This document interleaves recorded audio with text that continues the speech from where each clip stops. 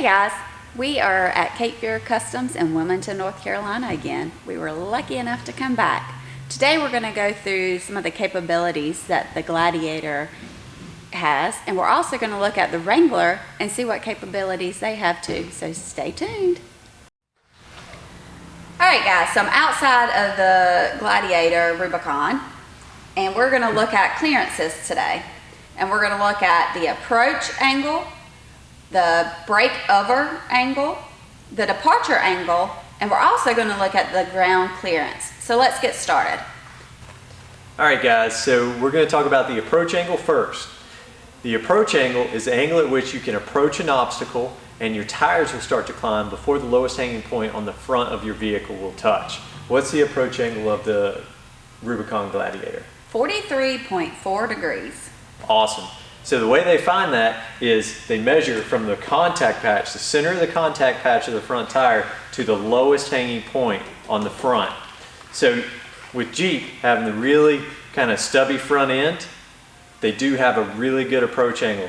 Rubicon, slightly better because it has the larger tires. Alright guys, so next we're going to talk about the break-over angle on the Rubicon Gladiator. This is where you're coming onto an obstacle and you're able to cross over it without getting high-centered with the vehicle. The way they get the breakover angle is they measure from the contact patch of the front tire and the contact patch of the rear tire, the center between the two, the lowest hanging point. So the breakover angle of the Rubicon Gladiator is what? 20.3 degrees. Yeah. So it gets a little bit better because the ground clearance on this is slightly about 1.1 inches more than the standard Sport or the Overland. So you do get a little bit better breakover angle. Okay guys, so the third clearance we're going to talk about today is the departure angle of the vehicle.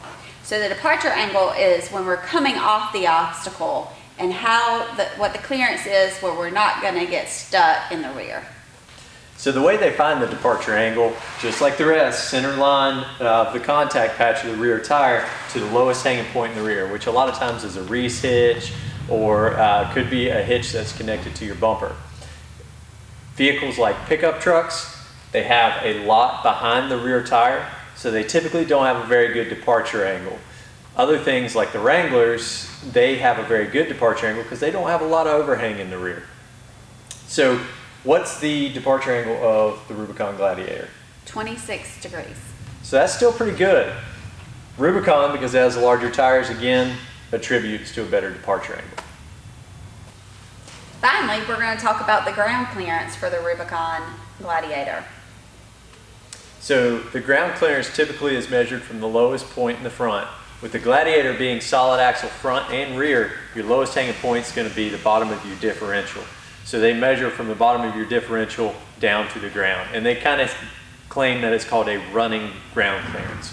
So what's the ground clearance of the Gladiator? 11.1 inches. Now that's the Rubicon. It gets a little bit lower. It's about 10 inches with a standard Sport, Sport S, or Overland. What's important to remember about all of these different clearances that we've talked about is that they can change based on the modifications that you do with the vehicle, and even change based on how you drive the vehicle. But first, let's talk about modifications. So if you want to change the approach angle, you can put on a stubby bumper or a more kind of trimmed up bumper. You can also lift the vehicle, get larger tires. For the breakover angle, you can improve that by getting a lift kit or larger tires. And then the departure angle, you can trim the bumper, get a more streamlined off-road bumper, or a lift and larger tires can adjust that. Your ground clearance, on the other hand, is typically only adjusted by getting larger tires, which most of the time you've got to have a lift in order to fit a larger tire. A lift doesn't necessarily give you more ground clearance, but it gives you the room to fit those larger tires so that you can flex them without having them come into contact with the body of your vehicle. Alright guys, so we're going to talk about the capacities as far as towing capacity and payload capacity of the Rubicon specifically, because they do vary between the different models. So with the Rubicon, we do get a slight decrease as far as our towing capacities, and our payload capacity stays about the same. What's our towing capacity? 7,000. So 7,000 pounds, that's still not bad at all. It's a little bit better than the Overland Edition, which tows about 6,000 pounds, but it's slightly less than the Sport or the Sport S model, which tow up to 7,650. Now the payload capacity of 1,700 pounds, that's a pretty good amount to be able to carry in the bed of the truck. Again, making sure that your vehicle is properly outfitted and understanding these capacities is important to how you can operate the vehicle on the road, as well as how you can operate the vehicle off-road. All right, guys, so this morning we took a look at the Gladiator, the Rubicon Gladiator, and we talked about the clearances that it had. Now in the shop, we have this beautiful Wrangler Rubicon. And with me, I have Landon, and this is his Jeep. So Landon, what got you into Jeeps? Well, growing up, I used to live in the mountain area, the Boone, Blue and Rock area. Up there, you've got the Blue Ridge Parkway, you've got all sorts of logging trails, off-roading trails, farms, all sorts of things. A Jeep just can give you a weekend full of adventures. It's just an unreal feeling driving with the top off, the doors off, cruising on the Blue Ridge Parkway, driving up to the top of a mountain just to see a view. It's just something you can't get in any other vehicle. And so not only does Landon like to drive off-road, but he also works here at Cape Fear Customs, correct? Yes, ma'am. Yep, so he loves vehicles all around. So obviously this is not a stock Rubicon, right? Correct. So what modifications have you done to this? Well, basically this is started as a blank canvas and it's just kind of turned into my personal artwork. So starting off, kind of first things I did was lifting it, obviously. So I went with the AEV 2.5-inch dual sport. It's a full suspension lift. Gives you a lot more off-road clearance, off-road flexing, just all-around performance. Off-road, on-road, just really smoothens up everything. Then with that, I went with some 37-inch Nitto ridge cracklers mounted on some AEV JK Salta wheels. So with the JL Rubicons, you only need a 2.5-inch lift to run the 37s because you got the high clearance fender flares. So with the lift, wheels, and tires, needed a little bit more steering performance, so added a TerraFlex 2.2 adjustable steering stabilizer so I can dampen it a little easier for off-road, get a little bit more ease of use, and then stiffen it up for highway driving. Also added something that's pretty new to the market. It's the Synergy sector shaft and track bar brace. The JLs are known for having a lot of steering play in because of the live axle, so the brace just really tightens everything up, makes it feel just a lot more comfortable driving. Working our way around, I also found this is actually a bumper from a JK. It is the steel bumper that came on the 2013 anniversary and the 2016-2017 Hard Rock Recon editions. So coming from JK to JL, you can easily swap the front bumpers over. As for the rear, what I did, I went with a Go Rhino setup, and also around the back I mounted the KC backup lights. I actually have it wired to my aux switches internally so I can just press a button and have light whenever I need it.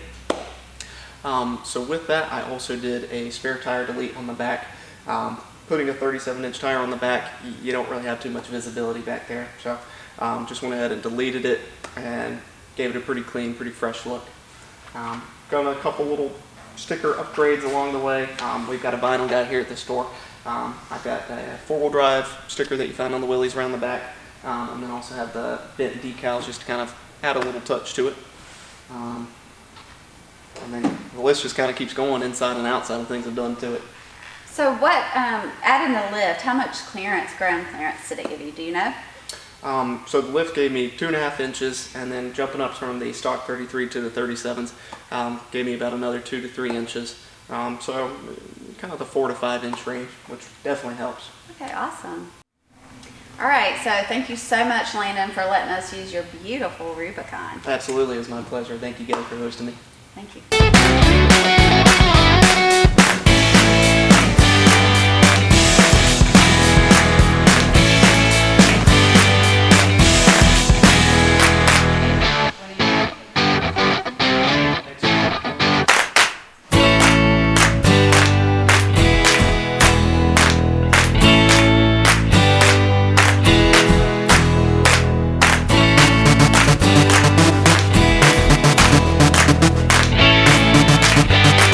Okay guys, so we're in the shop for Cape Fear Customs and we're going to show you some of the lifts they offer. We talked about today the clearance on vehicles and what we need to do to increase our clearance. So the first thing we said we needed to do was put a lift on so that you can have the bigger tire, which will then give you more clearance. So some of the lifts that a Cape Fear Custom offers is AEV, Fox, BDS, and the JKS. So as you see, you have several different lifts that you can choose from when deciding to put a lift on your rig. So guys, after you decide which lift to put on your rig, then it's time to decide which tire size you want. So you know tire sizes can differ from 33 on up. Today we have a 35 all-terrain and a 40 mud tire. So you have to decide and think about your rig and what you want to do, what you want the tire to do with it, because obviously the bigger tire weighs more, so with that you may have to make more modifications and more upgrades to your rig, whereas a smaller tire will not give you as much clearance, but it's lighter.